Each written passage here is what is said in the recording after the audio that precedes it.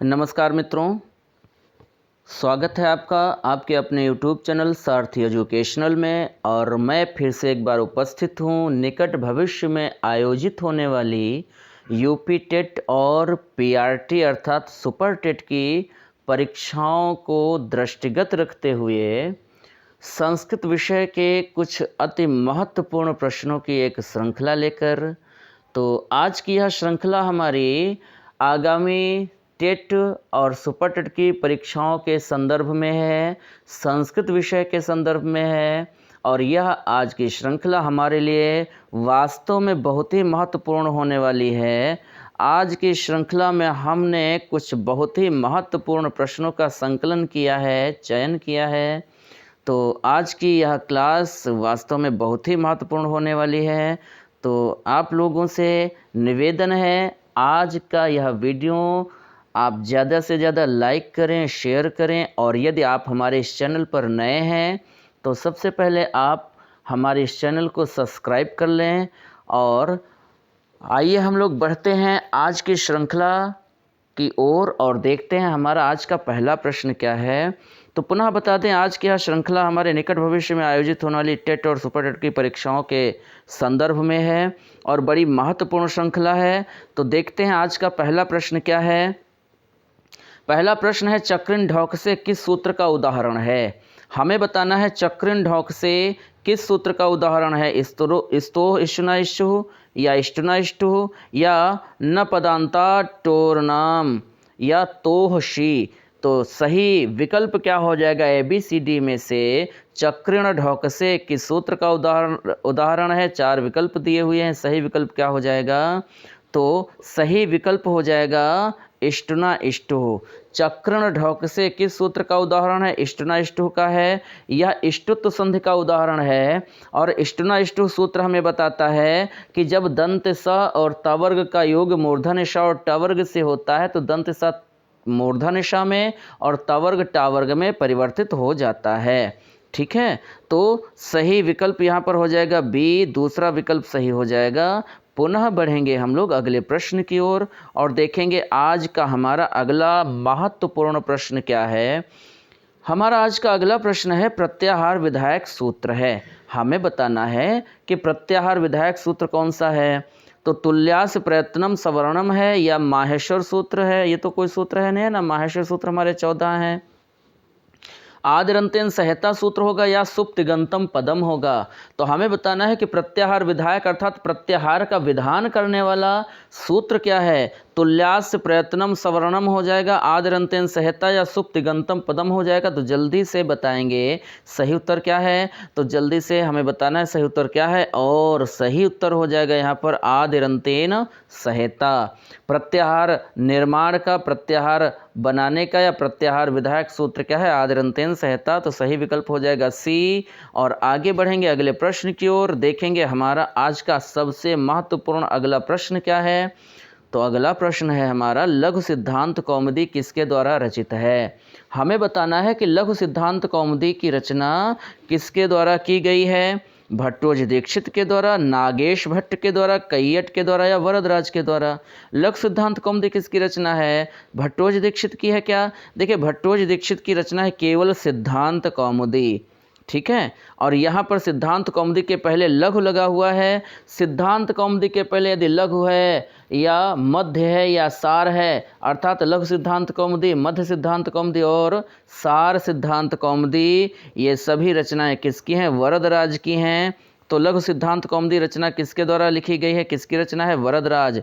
सही उत्तर हो जाएगा डी, हमारा चौथा विकल्प सही है। आगे बढ़ेंगे अगले प्रश्न की ओर और देखेंगे आज का अगला प्रश्न क्या है। अगला प्रश्न है गुरुता, अगला प्रश्न है हमारा गुरुता, महता, लघुता इत्यादि शब्द किस मूल प्रत्यय से निष्पन्न हैं। हमें बताना है गुरुता, महता, महता नहीं यहाँ पर होगा महत्ता। ठीक है, थोड़ा मुद्रण दोष है, महत्ता होना चाहिए। क्या होना चाहिए, महत्ता। ठीक है, हमें बताना है गुरुता, महत्ता और लघुता ये सारे शब्द किस प्रत्यय से निष्पन्न है, अर्थात ये सारे शब्द किस प्रत्यय से बने हैं, अर्थात इन शब्दों में कौन सा प्रत्यय है, ता प्रत्यय है, आ प्रत्यय है, तल है या ठक है। तो जल्दी से हमें बताना है कि इसका सही उत्तर क्या हो जाएगा। तो इसका सही उत्तर हो जाएगा तल प्रत्यय। तीसरा विकल्प सही है, तीसरा विकल्प सही है गुरुता, महत्ता, लघुता, जिसमें भी अंत में ता होगा वहाँ पर प्रत्यय कौन सा हो जाएगा, तल प्रत्यय हो जाएगा। तीसरा विकल्प बिल्कुल सही उत्तर हो जाएगा। अगले प्रश्न की ओर हम बढ़ेंगे। अगला प्रश्न हमारा क्या है वो देखते हैं। महत्वपूर्ण प्रश्न हमारे मोबाइल के स्क्रीन पर आ चुका है। महाभारत कैसा ग्रंथ है, हमें बताना है महाभारत कैसा ग्रंथ है, ऐतिहासिक है, सामाजिक है, धार्मिक है या नैतिक है। तो महाभारत कैसा ग्रंथ है, ऐतिहासिक, सामाजिक, धार्मिक या नैतिक। तो ध्यान दीजिएगा यहाँ पर महाभारत कैसा ग्रंथ है, ये ऐतिहासिक ग्रंथ है। पहला विकल्प हमारा सही हो जाएगा। आगे बढ़ेंगे अगले प्रश्न की ओर और देखते हैं आज का अगला महत्वपूर्ण प्रश्न क्या है। अगला प्रश्न है कौन सा पद दीर्घ संधि का उदाहरण नहीं है, नहीं है। हमें बताना है कि कौन सा पद दीर्घ संधि का उदाहरण नहीं है। साधुक्तम, तो साधुक्तम का संधि विच्छेद होगा साधु धन उक्तम। साधु में भी छोटा ऊ, उक्तम में भी छोटा ऊ, दोनों समान वर्ण मिलकर दीर्घ हो जाएंगे। तो ये विकल्प हमारा गलत है। सत्यार्थ, सत्य धन अर्थ दोनों में ह्रस्व आ है ना, और दोनों समान वर्ण है मिलकर दीर्घ हो जाएंगे, इसलिए ये भी विकल्प सही नहीं होगा।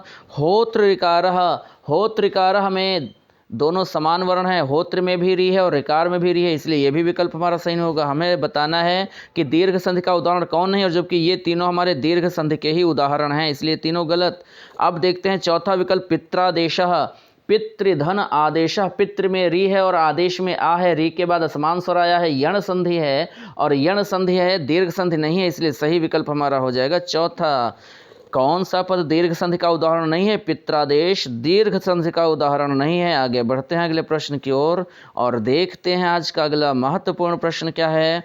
अगला प्रश्न हमारे मोबाइल की स्क्रीन पर आ चुका है और प्रश्न क्या है, यरोनुनासिके नुनासिको वा, यरोनुनासिके नुनासिको वा सूत्र का उदाहरण है। जो सूत्र दिया हुआ है इस सूत्र का उदाहरण कौन सा है, यरोनुनासिके नुनासिको वा सूत्र का उदाहरण हो जाएगा महान लाभः, विद्वान लिखति, एतन मुरारी या उल्लास। तो ध्यान दीजिए यहाँ पर उल्लास है, विद्वान लिखत है, महान लाभः, ये तीनों उदाहरण है किस संधि के, ये तीनों उदाहरण है लत्व संधि के, और लत्व संधि के हैं। इसमें सूत्र कौन सा लगता है, सूत्र लगता है तोरले, है ना। तो ये तो तीनों उदाहरण इस सूत्र के हैं नहीं, इसलिए एक ही उदाहरण हमारा शेष है, कौन सा, एतन मुरारी। एतन मुरारी में देखिए एतद है और मुरारी है, एतद में अंत में दा है और दा के बाद योग हो रहा है अनुनासिक व्यंजन का, इसलिए दा भी अनुनासिक हो गया, अपने ही वर्ग के पांचवें वर्ण ना में बदल गया। सही उत्तर हो जाएगा तीसरा विकल्प सही हो जाएगा। यरोनुनासिके नुनासिको वा सूत्र का सही उदाहरण कौन सा है, एतन मुरार, तीसरा विकल्प सही। आगे बढ़ेंगे अगले प्रश्न की ओर और देखेंगे आज का अगला महत्वपूर्ण प्रश्न हमारा क्या है। अगला महत्वपूर्ण प्रश्न है संस्कृत वर्णमाला में मूल स्वरों की संख्या है। हमें बताना है संस्कृत वर्णमाला में मूल स्वरों की संख्या कितनी होती है, 5, 4, 7 या 11। तो हमें पता है संस्कृत वर्णमाला में मूल स्वरों की संख्या कितनी है, 5 है, सही उत्तर हो जाएगा पहला। और यदि पूछा जाए संयुक्त स्वरों की संख्या कितनी है तो हम उत्तर देंगे 4। और यदि पूछा गया हमसे कि कुल स्वरों की संख्या कितनी है तो हमारा उत्तर क्या होगा, 9 हो जाएगा। तो संस्कृत वर्णमाला में मूल स्वर कितने होते हैं हमें ये बताना है, तो जल्दी से बताएंगे। सही उत्तर क्या है, 5 है, पहला विकल्प सही है। आगे बढ़ेंगे अगले प्रश्न की ओर और देखेंगे हमारा आज का अगला महत्वपूर्ण प्रश्न क्या है। तो अगला महत्वपूर्ण प्रश्न आपके मोबाइल के स्क्रीन पर आ चुका है। संस्कृत भाषा में आदि कवि की उपाधि से विभूषित कवि हैं। हमें बताना है संस्कृत भाषा में आदि कवि की उपाधि से किस कवि को विभूषित किया गया है, तुलसीदास को, कालिदास को, भवभूति को या वाल्मीकि को। तो मित्रों यहाँ पर सही उत्तर क्या हो जाएगा, सही उत्तर क्या हो जाएगा जल्दी से बताएंगे। तो सही उत्तर हो जाएगा वाल्मीकि। वाल्मीकि को ही हम क्या कहते हैं, आदि कवि, और वाल्मीकि की रचना जो है हमारे रामायण उसको कहते हैं आदि काव्य।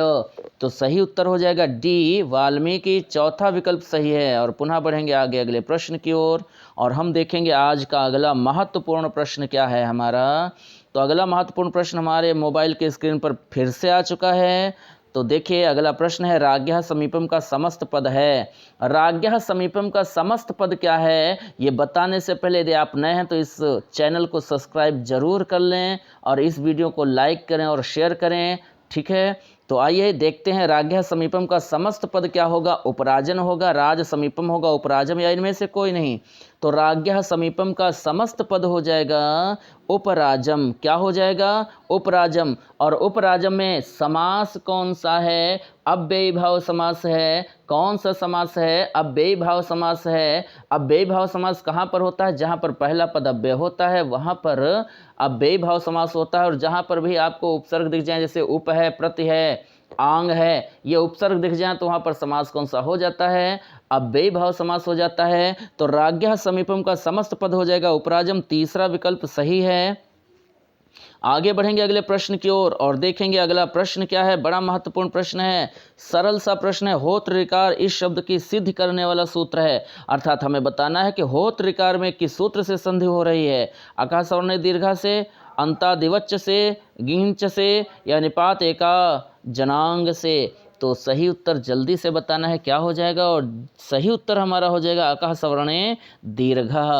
होत ऋकारः इस शब्द की सिद्ध करने वाला सूत्र कौन सा है, अकः सवर्णे दीर्घः। अर्थात जब अक प्रत्याहार के वर्णों के बाद कोई समान वर्ण आता है तो दोनों समान वर्ण मिलकर क्या हो जाते हैं, दीर्घ हो जाते हैं। होत्र में री है, ऋकार में री है, दोनों समान वर्ण है, दोनों मिलकर दीर्घ हो गए। सही विकल्प हो जाएगा ए। आगे बढ़ेंगे अगले प्रश्न की ओर और हम देखेंगे आज का अगला महत्वपूर्ण प्रश्न हमारा क्या है। तादर्थे चतुर्थी वाच्या। तादर्थे चतुर्थी वाच्या नियम का उदाहरण है। तादर्थे चतुर्थी वाच्या नियम का उदाहरण क्या है, मुक्तये हरिम भजति, पत्ते शेते, रजकाय वस्त्रम ददाति, या रजकस्य वस्त्रम ददाति। तो तादर्थे चतुर्थी वाच्या क्रिया का जो कारण होता है उस कारण में हम विभक्ति कौन सी लगाते हैं, चतुर्थी। किस सूत्र के अनुसार, तादर्थे चतुर्थी वाच्या के अनुसार। अब देखिए यहाँ पर क्रिया हो रही है भजने की, भजन करने की, और भजन करने की क्रिया में कारण कौन बना, मुक्ति। कोई व्यक्ति है जो हरि का भजन कर रहा है, किस कारण से, क्या उद्देश्य है उसका उद्देश्य है मुक्ति प्राप्त करना। तो सही विकल्प यहाँ पर हो जाएगा ए। तादर्थे चतुर्थी वाच्या नियम का उदाहरण है मुक्तये हरिम भजति, पहला विकल्प सही है। आगे बढ़ेंगे अगले प्रश्न की ओर और हम देखेंगे आज का हमारा अगला महत्वपूर्ण प्रश्न क्या है। तो अगला महत्वपूर्ण प्रश्न है हमारा, कौन सा कथन गलत है। कौन सा कथन गलत है, तो 4 विकल्प दिए हुए हैं और हमें बताना है कि कौन सा कथन गलत है। पहला विकल्प है, संस्कृत में वचनों की संख्या है 3। क्या ये बात सही है, बिल्कुल सही है। संस्कृत में पुरुषों की संख्या है 3, बिल्कुल सही है। प्रथम पुरुष, मध्यम पुरुष और उत्तम पुरुष, वचन भी 3 होते हैं, एक वचन, द्विवचन और बहुवचन। संस्कृत में लिंगों की संख्या है 3, बिल्कुल सही है। पुल्लिंग, स्त्रीलिंग और नपुंसक लिंग। संस्कृत में कारकों की संख्या है 3, गलत है। संस्कृत में कारकों की संख्या कितनी होती है, 6 होती है। कितनी होती है, 6 होती है, 3 नहीं होती है, 6 होती है। और जो कथन गलत है वही हमें बताना था, तो हमारा सही उत्तर हो जाएगा डी। संस्कृत में कारकों की संख्या 3 नहीं, कुल कितनी होती है, 6 होती है। कौन कौन से कारक होते हैं, कर्ता, कर्म, करण, संप्रदान, अपादान और अधिकरण। चौथा विकल्प सही हो जाएगा। आगे बढ़ेंगे अगले प्रश्न की ओर और हम देखेंगे अगला महत्वपूर्ण प्रश्न क्या है। तो आज की श्रृंखला वास्तव में बहुत ही धमाकेदार है, बड़ी ही महत्वपूर्ण है, और यहाँ से हमारे प्रश्न हर हाल में आएंगे ही आएंगे। सारे तो नहीं आएंगे लेकिन यहाँ से प्रश्न जरूर पूछे जाएंगे। तो पुनः हम बता दें, ये श्रृंखला आज की बहुत महत्वपूर्ण है। यदि आप इस चैनल पर नए हैं तो ऐसे ही महत्वपूर्ण प्रश्नों को देखने के लिए सबसे पहले इस चैनल को सब्सक्राइब करें, लाइक करें और शेयर करें, ताकि आपको नित्य प्रति ऐसे महत्वपूर्ण प्रश्न मिलते रहें। और देखते हैं अगला प्रश्न क्या है, कादंबरी का प्रमुख नायक कौन है। तो कादंबरी का प्रमुख नायक कौन है, शूद्रक है, तारापीठ है, वैशंपायन है, चंद्रापीठ है। जल्दी से बताना है कि कादंबरी जो ग्रंथ है जिसके रचयिता कौन है, बाणभट्ट हैं, उसका मुख्य नायक कौन सा है, प्रमुख नायक कौन सा है। तो सही उत्तर हो जाएगा यहाँ पर चंद्रापीठ। सही उत्तर हो जाएगा चंद्रापीठ। तीसरा विकल्प हमारा बिल्कुल सही विकल्प है। आगे बढ़ेंगे अगले प्रश्न की ओर और देखेंगे अगला प्रश्न क्या है। शिशुपाल वधम की कथा वस्तु महाभारत के किस पर्व से उद्धृत है। बहुत ही महत्वपूर्ण प्रश्न। शिशुपाल वधम जो है बृहत्त्रयी का महत्वपूर्ण दूसरा ग्रंथ है, जिसके रचयिता कौन है? महाकवि माघ हैं, और जिसमें सर्गों की संख्या कितनी है? 20 है। लेकिन पूछा गया है कि शिशुपाल वधम की कथा वस्तु महाभारत के किस पर्व से उद्धृत है? सभा पर्व से है, वन पर्व से है, आदि पर्व से या विराट पर्व से? तो इस प्रश्न का सही उत्तर हो जाएगा, इस प्रश्न का सही उत्तर हो जाएगा, क्या हो जाएगा? तो इस प्रश्न का सही उत्तर हो जाएगा पहला ए, सभा पर्व। ठीक है, आगे बढ़ेंगे अगले प्रश्न की ओर और देखेंगे अगला प्रश्न क्या है। तो अगला प्रश्न है अंतःस्थ वर्ण है, हमें बताना है कि अंतःस्थ वर्ण कौन से हैं। शा, शा, साहा पहला सही है, दूसरा सही है, तीसरा है, चौथा। बड़ा सरल सा, और जितना सरल है उससे भी ज़्यादा महत्वपूर्ण है। बार बार परीक्षाओं में पूछा जाता है, हिंदी हो या संस्कृत हो, दोनों परीक्षाओं में खूब पूछा जाता है। अंतःस्थ वर्ण है कौन कौन से हैं? तो सही विकल्प हो जाएगा बी, यारा लावा। और ये चारों वर्ण हमारे अंतःस्थ होने के साथ साथ अर्धस्वर भी हैं। आगे बढ़ेंगे अगले प्रश्न की ओर और देखेंगे अगला प्रश्न क्या है। तो अगला प्रश्न हमारा है अक्षणा काणा, इसमें अक्षणा शब्द के साथ तृतीय विभक्ति इस सूत्र से प्रयुक्त है। हमें बताना है अक्षणा काणा इस वाक्य में अक्षणा शब्द के साथ तृतीय विभक्ति इस सूत्र से प्रयुक्त है। किस सूत्र से? सायुक्त्या प्रधाने, एनांग विकारः, अपोर्गे तृतीया हेतु से। तो बड़ा सरल सा प्रश्न है और उतना ही सरल इसका उत्तर है एनांग विकारः। बहुत ही महत्वपूर्ण प्रश्न है, एक बार नहीं, अनेक बार नहीं, बार बार ये परीक्षाओं में पूछा जाता रहा है प्रश्न। अक्षणा काणा, इसमें अक्षणा शब्द के साथ तृतीय विभक्ति किस सूत्र से प्रयुक्त हुई है? एनांग विकारः। सही उत्तर हो जाएगा बी। आगे बढ़ेंगे अगले प्रश्न की ओर। अगला प्रश्न है हमारा द्वैधिक पंचशतम किस संख्या का वाचक है? हमें बताना है द्वैधिक पंचशतम किस संख्या का वाचक है? 52 का, 25 का, 50 का या 502 का? तो यहाँ पर सही उत्तर क्या हो जाएगा? 502 हो जाएगा। अगला प्रश्न हमारा है बहुत ही महत्वपूर्ण प्रश्न है। किरातार्जुनीयम में अर्जुन भगवान शंकर से किस अस्त्र की प्राप्ति करते हैं? जो हमारा किरातार्जुनीयम महाकाव्य है, जिसकी रचना किसने की है? भारवि ने, और जिसमें सर्ग कितने हैं? 18 हैं, और जो किस त्रयी के अंतर्गत आता है? बृहत्त्रयी के अंतर्गत आता है। बृहत्त्रयी का पहला महत्वपूर्ण ग्रंथ है। उस ग्रंथ के जो नायक हैं अर्जुन, उन्होंने भगवान शंकर से किस अस्त्र की प्राप्ति की है? तो जल्दी से बताना है, पाशुपत अस्त्र की, चक्र की, गदा की, इनमें से कोई नहीं। तो सही उत्तर हो जाएगा पाशुपत अस्त्र। उन्होंने, अर्जुन ने भगवान शिव से किस अस्त्र की प्राप्ति की है? पाशुपतास्त्र की प्राप्ति की है। पहला विकल्प सही है। और इस पहले विकल्प के साथ हम पुनः बढ़ेंगे अगले प्रश्न की ओर। बहुत ही महत्वपूर्ण प्रश्न है, आज की श्रृंखला का सबसे महत्वपूर्ण प्रश्न। जलनिधि पद का पर्याय शब्द है, हमें बताना है जलनिधि का पर्याय कौन सा होगा? 4 विकल्प दिए हुए हैं, इनमें से जलनिधि का पर्याय कौन सा है? मेघ, चंद्र, समुद्र या मत्स्य? तो जलनिधि का पर्याय कौन है? समुद्र है। जलनिधि का पर्याय समुद्र है। तीसरा विकल्प सही है। आगे बढ़ेंगे अगले प्रश्न की ओर, देखेंगे अगला महत्वपूर्ण और धमाकेदार प्रश्न क्या है। क्व सूर्य प्रभो वंशः क्व चाल्प विषयामति। वास्तव में आज की श्रृंखला सुपर टेट और यूपी टेट दोनों ही परीक्षाओं को लेकर के बहुत ही महत्वपूर्ण है, और इस श्रृंखला को यदि पढ़ लिया तो हम कह सकते हैं कि ऐसे प्रश्न यदि हम रोज़ पढ़ते रहे तो हमें सफल होने से कोई रोक नहीं सकता। बहुत ही महत्वपूर्ण प्रश्न है, इसलिए इस वीडियो को लाइक और शेयर करेंगे। यदि नए हैं तो इस चैनल को सब्सक्राइब करेंगे और बताएंगे कि क्व सूर्य प्रभो वंशः क्व चाल्प विषयामति, इस पंक्ति को किस ग्रंथ से लिया गया? यह पंक्ति किस ग्रंथ से है? रघुवंशम से है, अभिज्ञान शाकुंतलम से है, उत्तर रामचरितम से है या मेघदूतम से है? तो जल्दी से बताएंगे, फटाफट इसका उत्तर देंगे। यह सूक्त किस ग्रंथ से है? तो सही उत्तर हो जाएगा ए, रघुवंशम से।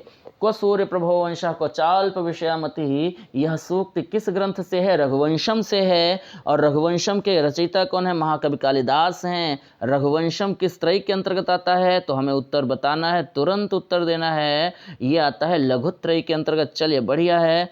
तो यह सूक्त किस ग्रंथ से है? रघुवंशम से है। आगे बढ़ेंगे अगले प्रश्न की ओर, और हमारा महत्वपूर्ण प्रश्न मोबाइल की स्क्रीन पर आ चुका है। महत्वपूर्ण प्रश्न है, उपगंगम में कौन सा समास है? उपगंगम में कौन सा समास है? तो उपगंगम में समास कौन सा है? तत्पुरुष है, अव्ययी भाव है, कर्मधारय है या द्विगु है? जल्दी से बताएंगे कमेंट करके। सही उत्तर क्या हो जाएगा? तो सही उत्तर हो जाएगा यहाँ पर देखिए, पहला पद क्या है? उप है, उपसर्ग है, अव्यय है, और जहाँ पर पहला पद अव्यय होता है वहाँ पर समास हो जाता है कौन सा? अव्ययी भाव। तो सही उत्तर हो जाएगा यहाँ पर बी, दूसरा विकल्प सही हो जाएगा। और तुरंत बढ़ेंगे अगले प्रश्न की ओर। महत्वपूर्ण प्रश्न अगला क्या है? तो आज का अगला महत्वपूर्ण प्रश्न है, क्या है? तो अगला महत्वपूर्ण प्रश्न है, कर्तृ शब्द में कौन सा प्रत्यय है? हमें बताना है कि कर्तृ शब्द में प्रत्यय कौन सा है। तव्य है, त्रिच है, तव्यत है या अनियर है? तो देखिए, कर्तृ में त्रि है अंत में, और जहाँ पर त्रि होता है वहाँ पर प्रत्यय कौन सा होता है? त्रिच। यह त्रिच प्रत्यय किस अर्थ में प्रयुक्त होता है? वाला के अर्थ में प्रयुक्त होता है। संबंधों को दर्शाता है और क्रिया से कर्ता बनाता है। और त्रिच का त्रि शेष रहता है। जब विभक्तियों में हम इसका प्रयोग करते हैं तो इसके रूप चलते हैं पितृ की तरह, जैसे पिता पितरो पितरः, वैसे ही कर्ता कर्तारः कर्तारः हो जाएगा। तो कर्तृ प्रत्यय, कर्तृ शब्द में प्रत्यय कौन सा है? त्रिच हो जाएगा, दूसरा विकल्प सही है। आगे बढ़ेंगे अगले प्रश्न की ओर, और अगला प्रश्न देखेंगे क्या कह रहा है। तो अगला प्रश्न कह रहा है, हरिश धन शेते में संधि किस सूत्रानुसार होगी? हमें बताना है हरिश धन शेते में किस सूत्र के अनुसार संधि होगी। स्तोहिष्णु, इष्टनाष्टु, झलाम जशोन्ते या झलाम जज्झषि? सही उत्तर क्या हो जाएगा? तो यहाँ पर सही उत्तर हो जाएगा स्तोह इष्णा इष्यु। हरिश धन शेते में संधि होगी स्तोह इष्णा इष्यु सूत्र से। पहला विकल्प हमारा बिल्कुल सही विकल्प है। और इस पहले विकल्प के साथ, इस सही उत्तर के साथ, सबसे पहले हम लोग चैनल को सब्सक्राइब करेंगे, लाइक और शेयर करेंगे। पुनः आगे बढ़ेंगे अगले प्रश्न की ओर और देखेंगे आज का अगला प्रश्न क्या है। तो आज का हमारा अगला प्रश्न है, जिस समास में पहला पद संख्यावाची हो, जिस समास में पहला पद संख्यावाची हो वह समास है द्विगु, द्वंद्व, कर्मधारय या तत्पुरुष। पुनः पढ़ेंगे, एक बार इस प्रश्न को फिर से पढ़ेंगे। जिस समास का पहला पद संख्यावाची हो वह समास होता है द्विगु, द्वंद्व, कर्मधारय या तत्पुरुष। तो हमें पता है जिस समास में पहला पद संख्यावाची होता है वह समास कौन सा होता है? द्विगु। तो हमारा पहला विकल्प बिल्कुल सही विकल्प है, सही उत्तर हो जाएगा द्विगु समास। और इस प्रश्न का उत्तर भी हमें मिल चुका है। और इस प्रश्न के उत्तर के साथ हम आपको बता दें कि आज की ये श्रृंखला हमारी यहीं पर समाप्त होती है। ऐसी ही महत्वपूर्ण श्रृंखला पढ़ने के लिए देखते रहिए हमारे यूट्यूब चैनल सारथी को। और यदि आप नए हैं तो इस चैनल को सब्सक्राइब कर लें, इस वीडियो को आज की इस क्लास को लाइक और शेयर कर दें। ठीक है, तो पुनः मिलते हैं अगली वीडियो में, अगली क्लास में कुछ और ही धमाकेदार प्रश्नों के साथ, कुछ और अत्यंत महत्वपूर्ण प्रश्नों के साथ, जो प्रश्न हमारे लिए अमोघ अस्त्र की तरह साबित होंगे, सिद्ध होंगे यूपी टेट और सुपर टेट की परीक्षाओं में। तो पुनः मिलते हैं नई वीडियो में, अगली क्लास में, नए प्रश्नों के साथ। तब तक के लिए शुभ रात्रि, नमस्कार। आपका दिन शुभ हो, रात्रि मंगलमय हो। जय हिंद, जय भारत।